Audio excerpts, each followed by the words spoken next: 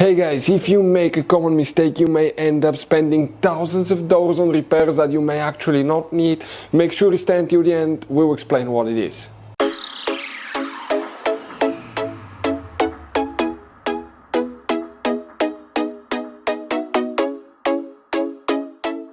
Hey guys, welcome back to World Mechanics. Thank you guys for watching and subscribing to the channel. Today will be super helpful video to any of you guys having a Dodge Ram that generation here from year 2013 to year 2018. If you have one of those, if you need to find where the fuel heater fuses are located, you may have up to 3 of them. Stay with us, we'll explain where you can find them.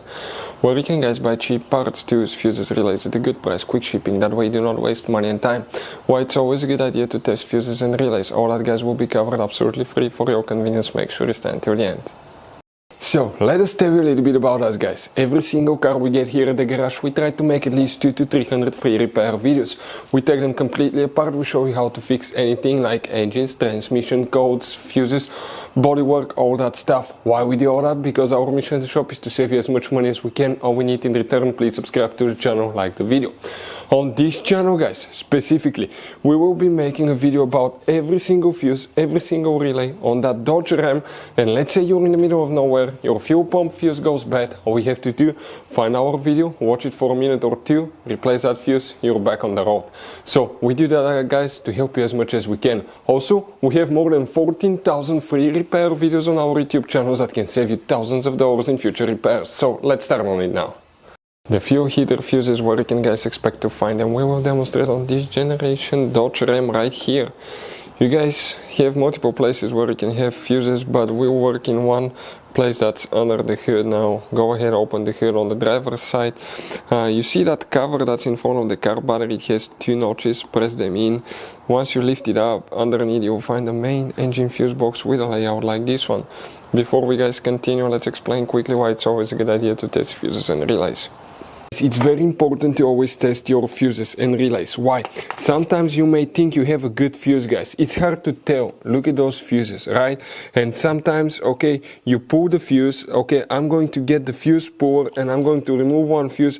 I want to show you on that 20 amp fuse, sometimes it's very unclear if that fuse is burned or not. You may not clearly see it. So always guys test them, because if you don't test the fuse, you assume it's good, you end up spending money, time and diagnostics for problems that do not exist guys. So you can just waste your money and time. Always test your fuses, always test relays. We will put links in the description of the video below where you can find guys a video for testing a fuse and testing a relay that will explain everything that you need to do. If you guys need to buy any parts, tools for your Dodge Ram, fuses, relays at a really good price, quick shipping, that way you do not waste money and time, we're going to put a link in the description of the video below for your convenience. Please check it out.